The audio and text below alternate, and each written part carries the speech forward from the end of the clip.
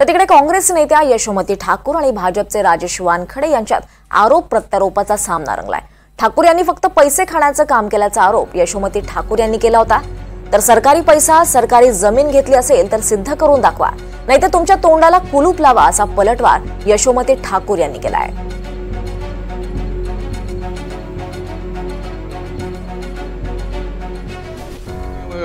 यशोमती ठाकूरांनी आणला एका उद्योगाचं नाव सांगायचं, देवेंद्रजींनी उद्योग आणले, त्यांनी फक्त पैसे खाण्याचं काम केलं। एकही उद्योगाने उद्योग त्यांनी काढला होता ना, डेअरी काढली होती, स्वतःच्या दवाईला घेऊन सबसिडी खाऊन मोकळी झाली। हा काय विकास आहे? काय कोणता उद्योग हे केलं? तरुणासाठी काय केलं? नवीन पोरांसाठी जे स्पर्धा परीक्षाला बसतात बिचारे, एखादं सेंटर तरी उघडलं का? काही केल्या सुविधा सुखसुवी त्याच्यासाठी? तुमचं रेकग्निशन पण आमच्यामुळे होतं आहे।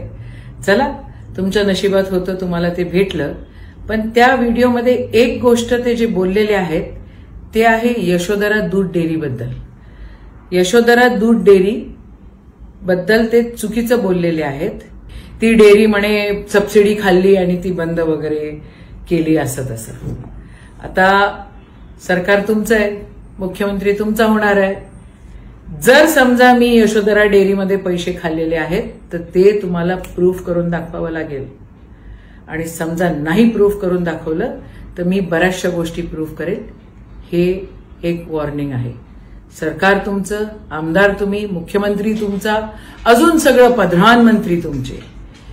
यशोमतीनी जर सरकारी जमीन कुठे घेतलेली असेल किंवा सरकारी पैसा कुठे वापरलेला असेल तर ते सिद्ध करून दाखवावे कॉन्ट्रॅक्टर साहेब।